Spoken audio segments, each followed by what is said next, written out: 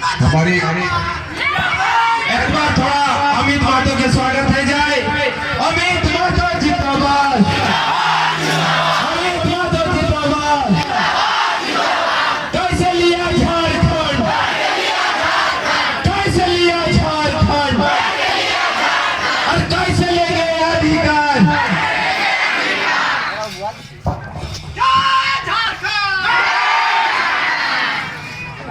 कुछ कहने से पहले मैं सभी उपस्थित सम्मानित हमारी माँ बहनों को, हमारे युवा साथी को, हमारे पिता तुल बुजुर्गों को, अपने सभी सम्मानित जनों से आग्रह करेंगे, मेरा विनती होगा, मेरा निवेदन होगा, चूंकि हम खतियान की बात करते हैं, सारे लोग खतियानी, तो इस नाते हमारा भी एक कर्तव्य बनता है झारखंड के प्रति, झारखंडियों के प्रति, खतियानधारियों के भविष्य के प्रति, हमारे यहाँ के माटी पुत्र और पुत्रियों के प्रति। तो क्या आप मेरे संग कुछ प्रतिज्ञा लेना चाहेंगे? उन्हीं बातों को आप दोहराने का काम करेंगे।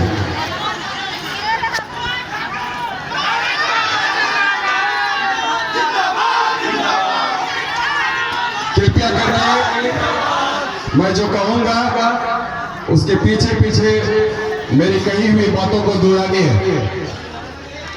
रेडी? झारखंड और झारखंडी के हित में उठेंगे और इसके लिए मुझे जिस किसी से भी टकरानी पड़े हम टकराएंगे, चाहे वो शीर्ष में बैठा हुआ पदाधिकारी क्यों ना हो, चाहे वो विधायक सांसद क्यों ना हो, चाहे वो मंत्री मुख्यमंत्री क्यों ना हो, हम टकराएंगे और अपने बनाएंगे। धन्यवाद।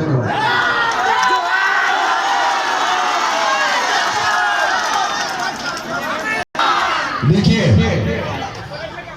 आज हम सब लोग इतने दिनों से जोहार शब्द का इस्तेमाल करते आए हैं।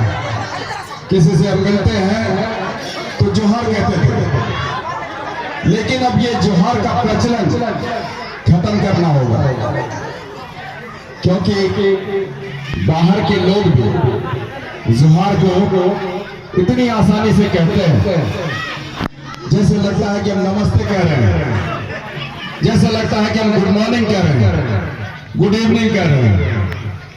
तो एक एक तमाम हमारे साथियों से हम यही गुजारिश करेंगे, हमारी माँ बहनों से गुजारिश करेंगे, एक एक युवा खतियानी जोहार, खतियानी जोहार।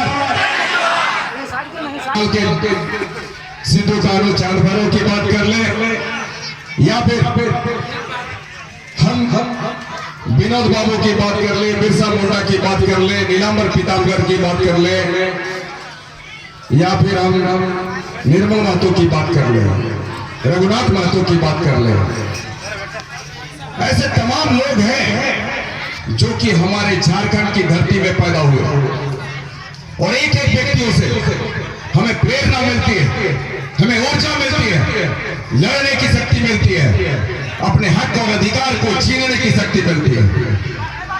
और आज हम गौरवान्वित होते हैं, हमारे धनबाद वासी, बोकारो वासी, क्योंकि आपकी इस माटी में एक सपूत पैदा हुआ, विनोद बाबू, जिसने झारखंड के लिए लड़ाई लड़ी, झारखंड को अलग करने की लड़ाई लड़ी और हम लोगों को एक नया झारखंड दिया।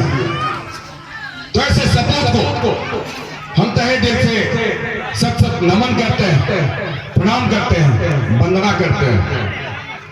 और ये खुशी की बात है कि आप सारे लोग इसी माटी के ऊपर से, आप में कितनी ऊर्जा शक्ति होगी ये मैं बयान नहीं कर सकता। जब मैं यहाँ पर आकर इतना ज्यादा रोमांचित हूँ, हमारे एक एक रोम रोम में ऊर्जा का संचार हो रहा है, हमारे शरीर में ऊर्जा का संचय हो रहा है, तो मैं समझ सकता हूँ कि आप लोगों में कितनी ऊर्जा होगी। क्योंकि इस माटी में ये शक्ति है। और जिस उद्देश्य की खातिर विनोद बाबू ने झारखंड को अलग किया, उनका बस एकमात्र यही सपना था कि हम कैसे एक एक झारखंडियों को मान सम्मान देंगे, उसको पहचान देंगे, उसके एक एक हाथों को कैसे हम रोजगार देंगे, हमारा समृद्ध झारखंड, खुशहाल झारखंड कैसे बनेगा। यही उनका एक सपना था और इसी सपना को लेकर वो पैदा हुए। इसी सपने के सहारे वो मर भी गए। उन्होंने जिस पार्टी की बुनियाद रखी थी, झारखंड मुक्ति मोर्चा, उनके द्वारा ही झारखंड मुक्ति मोर्चा का उदय हुआ। झारखंड मुक्ति मोर्चा को इसी उद्देश्य के साथ में उन्होंने बनाया था कि हमारा एक एक व्यक्ति कल रोजगार से जुट होगा, एक एक माटी के पुत्र और पुत्रियों को सम्मान मिलेगा, पहचान मिलेगा। लेकिन आज के समय में आखिर हमारे झारखंड प्रदेश को हो क्या गया? आखिर हमारे झारखंड मुक्ति मोर्चा पार्टी को क्या हो गया? हमारे यहाँ के माटी पुत्र कहे जाने वाले हेमंत सोरेन को क्या हो गया? इतनी प्रचंड बहुमत के साथ में उसकी सरकार बनी, मुख्यमंत्री की कुर्सी पर बैठाने का काम किया यहाँ के लोगों ने। और जिस उद्देश्य के साथ में यहाँ के लोगों ने उसे बिठाने का काम किया, आज कहीं भी किसी भी तरीके से वो खड़े नहीं उतर रहे। जितनी भी अपेक्षाएं थी तमाम खतियानधारियों को कि हमारे लिए नीतियों का निर्धारण होगा, हमारे लिए एक एक नीतियां लाई जाएगी, हमारे बच्चों को पहचान मिलेगा, हमें पहचान मिलेगा, हमारे बच्चों को रोजगार मिलेगा, हमारे यहाँ के एक एक बच्चे रोजगार से युक्त होंगे। कोई हमारा वीडियो बनेगा, कोई सीओ बनेगा, कोई टीचर बनेगा, प्रोफेसर बनेगा, डीएसपी बनेगा, डीसी बनेगा, विभाग का सचिव बनेगा। लेकिन सारे के सारे सपने हमारे चकनाचूर हो गए। आज सत्ता मत में हेमंत जी इतने चूर हो गए कि एक एक झारखंडियों के सपना को उन्होंने चूर चूर करने का काम कर दिया। जिस उद्देश्य के साथ हमारा झारखंड अलग हुआ, जिस माटी में विनोद बाबू पैदा हुए, उसी माटी में आज बाहरी शक्तियों का उदय हो गया। बाहर के लोग आज यहाँ पर सत्ता पर बैठने का काम कर रहे हैं, हमारे सपनों को कचोटने का काम कर रहे हैं। आप देख सकते हैं जिस दिन विधानसभा में खतियान के बारे में बातें कही जा रही थी हेमंत जी के द्वारा, जब ये कहा गया हेमंत जी के द्वारा कि अगर नियोजन नीति खतियान के आधारित बनेगा तो हमारा मामला कोर्ट में फंसेगा। कैसे आपके यहाँ का प्रतिनिधित्व करने वाला व्यक्ति अपने मेज को थपथपा रहा था, अपने टेबल को थपथपा रहा था, तो ऐसे व्यक्तियों को चिन्हित करने का अवसर आपको मिला। हम लोग को काफी तकलीफ होती है ऐसे प्रतिनिधियों को अपने सामने देखकर। ये विडंबना है, आपको ऐसे लोगों को चिन्हित करना है, तड़ीपार करने का काम करना है। हमारा ये मानना था कि झारखंड मुक्ति मोर्चा चूंकि झारखंड की पार्टी है, ये सारी बातों को समझेगी। हमने भी हेमंत जी को एक अल्टीमेटम दिया हुआ था कि अगर 1 महीने के भीतर आप खतियान आधारित स्थानीय नीति, नियोजन नीति का निर्धारण नहीं करते,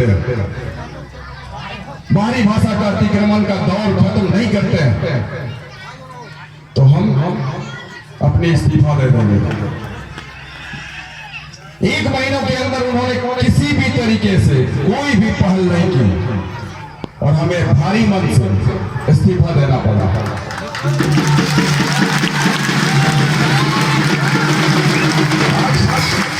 आज मैं उसी संघर्ष के रास्ते हूं जो संघर्ष का रास्ता विनोद बाबू का था, जो संघर्ष का रास्ता भगवान बिरसा का था, सिद्धू कानू चांद भैरव का था, नीलांबर पीतांबर का था, शेख भिखारी का था, निर्मल महतो का था।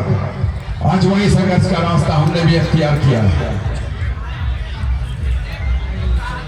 झारखंड के सबसे बड़े सदन में यही हेमंत सोरेन कभी कहा करते थे कि 32 बनेगा कि 34 बनेगा। ये आप देखिएगा, मैं अध्ययन कर रहा हूं। आने वाले दिनों में खतियान आधारित स्थानीय नीति बनाए जाएंगे, आप देखेंगे। यही हेमंत सोरेन थे जो कि कहा करते थे। और फिर क्या हो गया इन्हें? 3 से 4 दिन पूर्व यही हेमंत सोरेन इतनी बड़ी बात कह गए कि खतियान के आधार पर नियोजन नीति परिभाषित करेंगे तो मामला कोर्ट में फंसेगा। अब आप बताइए कि अगर कोई बच्चा यह सोच ले कि मैं इम्तिहान में फेल हो जाऊंगा, इसीलिए मैं स्कूल नहीं जाऊंगा, मैं पढ़ाई नहीं करूंगा, अगर कोई बच्चा ये सोच ले तो क्या ये उस बच्चे के प्रति इंसाफ होगा? अगर कोई माँ जब गर्भवती होती है तो वो सोच ले कि हमारा आने वाला बच्चा राक्षस पैदा होगा, तो क्या वो उस बच्चे के साथ इंसाफ होगा, उस माँ के साथ इंसाफ होगा? नहीं हो सकता है। परंतु आज ऐसा हेमंत सोरेन ने करने की हिम्मत की, तो इसका वो तो जवाब देंगे या नहीं देंगे?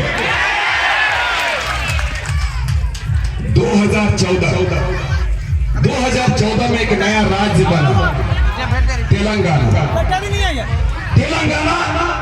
2014 में एक राज्य बना और इस राज्य ने भी खतियान के आधार पर स्थानीय नीति और नियोजन नीति का निर्धारण किया और उस आधार पर अपने बेटा बेटी को नौकरी देने का काम कर रही है। कहीं कोई अड़चने नहीं आई। हमारा झारखंड अलग हुआ है बिहार से। बिहार में भी ये नीति लागू है, वहां तो कोई अड़चने नहीं आती है। हमारे पूरे हिंदुस्तान में 18 ऐसे राज्य हैं जिन राज्यों में खतियान के आधार पर स्थानीय नीति और नियोजन नीति की परिभाषा तय की गई है। वहां तो कोई अड़चने नहीं आ रही है। लेकिन फिर हेमंत जी कैसे ये हिम्मत करके कहते हैं कि हमारे इस राज्य में अगर खतियान आधारित नियोजन नीति लागू होगा तो कोर्ट में मामला फंसेगा। कितना बाहरी प्रेम है, आप समझ सकते हैं।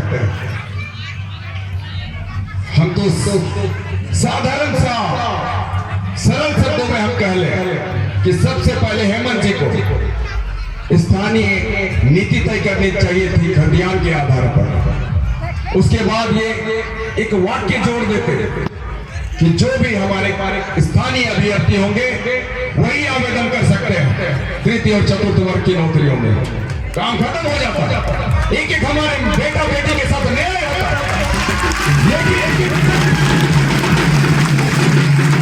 लेकिन इन्होंने नहीं किया ऐसा। ये हवाला देते हैं कि पूर्ववर्ती सरकार ने भी नहीं किया। अरे भाई, पूर्ववर्ती सरकार ने नहीं किया इसलिए तो लोगों ने आपको गद्दी पर बिठाने का काम किया। और आप क्या कर रहे हैं? अभी राजेश भाई बहुत बता रहे थे कि वो कभी क्रिकेट खेल रहे थे, हम कभी बॉलिंग कर रहे थे। आज हम बैटिंग कर रहे हैं, वो बॉलिंग कर रहे हैं। ये कोई मतलब है? आज के समय में हेमंत जी सिर्फ और सिर्फ बाहरी प्रेम दर्शाने का काम कर रहे हैं। भाषा का विवाद इन्होंने हमारे बीच में भाषाओं को लाकर छेड़ने का काम किया। सबसे पहले पूर्ववर्ती सरकार भारतीय जनता पार्टी और आजसू पार्टी की सरकार। अब जानते हैं कि हमारे झारखंड को बने हुए 21 साल हुए और इन 21 वर्षों में भारतीय जनता पार्टी और आजसू पार्टी 17 सालों तक सत्ता में बने रहे। ऐसे दलों ने मैथिली मगही जैसे भाषाओं को राज्य स्तर पर लाने का काम किया। हेमंत जी को लगने लगा कि हम क्यों किसी से पीछे रहेंगे, वो लोग राज्य में ला सकते तो हम जिले में क्यों नहीं लाएंगे। और हेमंत जी ने इसे जिले में लाने का काम किया और हमारा विवाद पैदा करने का काम किया, हमारे सामाजिक तानापना को नष्ट करने का काम किया, हमारे आपस में जो भाईचारगी था उसे खत्म करने का काम किया। अब जानते हैं कि कैसे इन्होंने भाषा का फिल्टर लाने का काम किया। अगर कोई कोल्हान का बच्चा है वो संथाल में नौकरी नहीं कर सकता। अगर कोई बोकारो का बच्चा है वो पलामू मंडल में जॉब नहीं कर सकता। इस तरीके की बात है। तो आज इन लोगों ने भाषाओं का जहर हमारे बीच में घोलने का काम किया। भाषा कोई बड़ी चीज थी नहीं। यदि हेमंत जी कहते कि तृतीय और चतुर्थ वर्ग में हमारे वही बच्चे नौकरी करेंगे जो हमारे स्थानीय अभ्यर्थी होंगे। खतियान लाओ और खतियान लाओ और नौकरी पाओ, उस नीति पर हमारी काम होनी चाहिए थी। खतियान लाओ और नौकरी पाओ, इसी तरजीह पर काम होनी चाहिए थी, लेकिन ऐसा हुआ नहीं। ये विडंबना। आप बताइए कि ऐसे ऐसे लोग सत्ता को संभाल रहे हैं, चला रहे हैं, और जो खटियानी लोग भी वहां पर बैठे हुए व्यक्ति हैं वो चुप रहने का काम करते हैं। तो ऐसे गूंगे लोगों को भी आने वाले दिनों में आपको उसकी औकात बतानी है। हम आपको बता दें कि झारखंड प्रदेश में अभी आउटसोर्सिंग का दौर चला हुआ है। आउटसोर्सिंग के नाम पर बाहर के लोगों को नौकरियां देने का काम किया जा रहा है। हर एक विभाग में अभी आउटसोर्सिंग की मारामारी चल रही है। 3 लाख से भी ज्यादा लोग हमारे झारखंड प्रदेश में कार्यरत हैं और 95% लोग बाहरी लोग काम कर रहे हैं। आप बता दें कि अगर 3 लाख व्यक्ति अगर हमारे झारखंड प्रदेश के होते तो 3 लाख गुना 10, क्योंकि हम मानकर चलते हैं कि एक व्यक्ति के पीछे हमारा 10 व्यक्ति पलता होता है ना, तो 3 लाख गुना 10 मतलब 30 लाख लोग का बेहतर तरीके से भरण पोषण होता। हमारे 3 लाख घरों के बच्चे बेहतर परवरिश पाते, बेहतर शिक्षा दीक्षा पाते। हमारा झारखंड आगे बढ़ता या नहीं बढ़ता? बढ़ता या नहीं बढ़ता? लेकिन आज की परिस्थिति इन लोगों ने ऐसी पैदा की है कि हमारे यहाँ के माटी पुत्र और पुत्रियां जिसमें टैलेंट है वो बच्चे आज नौकरी से बेदखल है। बाहर के लोग यहाँ पर नौकरी कर रहे हैं और बाहर से लोगों को नौकरी में लाने का एक आमंत्रण दिया जा रहा है। कैसे हम बाहर के लोगों को नौकरियों पर काबिज करवाएं, कैसे हम उसे यहां बिठाएं, इसका एक प्रयास चल रहा है। अब आप बताइए, रघुवर जी ने कहा था 1985 से रहने वाले व्यक्ति हमारे झारखंडी कहलाएंगे, और उन्होंने यह भी कहा था कि जो बच्चा पैदा होगा और पैदा होने के बाद मैट्रिक किया उसके समकक्ष पढ़ाई को पूरी करेगा तो वो व्यक्ति हमारा झारखंडी कहलाएगा। उसे हम तृतीय और चतुर्थ वर्ग की नौकरियों में नियोजित कराएंगे। परंतु हेमंत सोरेन ने क्या कहा? हेमंत सोरेन ने कह दिया कि बच्चे को पैदा होना यहाँ कोई जरूरी नहीं है। जो व्यक्ति यहाँ पर हमारे झारखंड प्रदेश के किसी स्कूल से, किसी कॉलेज से मैट्रिक पास कर लेगा, इंटर पास कर लेगा, वो तृतीय और चतुर्थ वर्ग की नौकरियों में आवेदन कर सकता है। बताइए, ये अपमान नहीं तो क्या है? ये झारखंडियों के साथ छलावा नहीं है तो क्या है? ये झारखंडियों के साथ गद्दारी नहीं है तो क्या है? तो ऐसे गद्दार को सत्ता में रहने का कोई अधिकार नहीं बनता।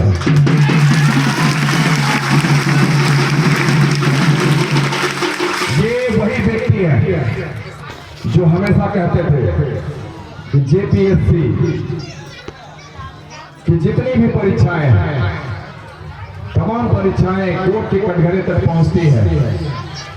जिस दिन हमारी सत्ता आएगी, जिस दिन हम मुख्यमंत्री बनेंगे, उस दिन जेपीएससी को हम सुधार देंगे।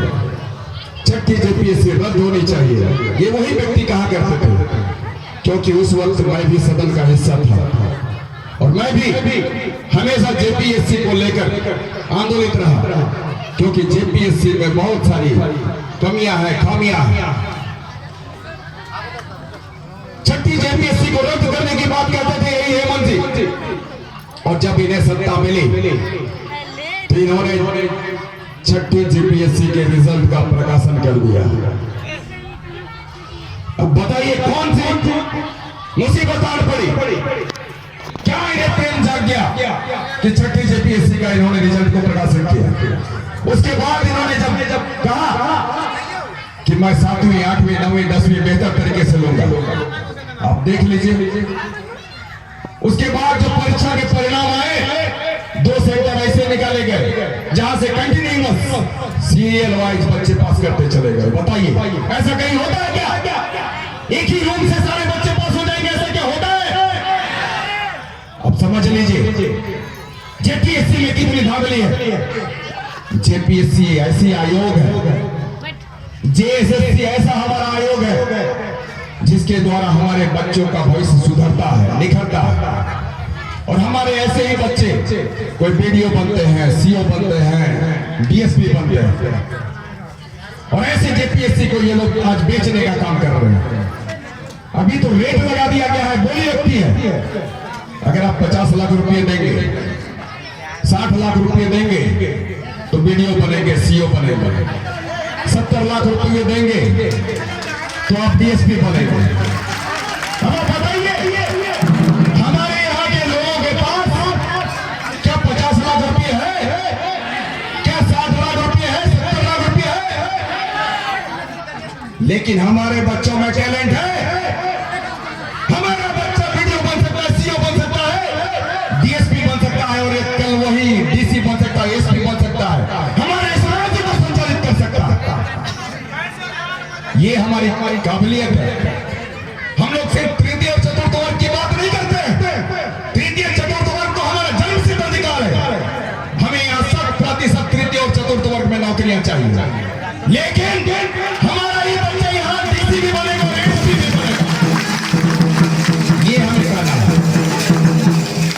इसलिए हमने कहा था कि जेपीएससी और जेएसएससी देश की भ्रष्टतम संस्थाओं में शुमार है। ये लोगों में टैलेंट नहीं है, काबिलियत नहीं है कि वो जेपीएससी को चला सकते हैं, वो जेपीएससी के साथ साथ जेएसएससी को चला सकते हैं। लेकिन जेपीएससी का व्यक्ति बाहरी, जेएसएससी का अध्यक्ष बाहरी, झारखंड एकेडमिक काउंसिल उसका अध्यक्ष बाहरी, सारे के सारे लोगों को जब बाहरी लोगों को जिम्मेवारी दे दी गई है तो अब बताइए हमारे झारखंड प्रदेश का क्या होगा?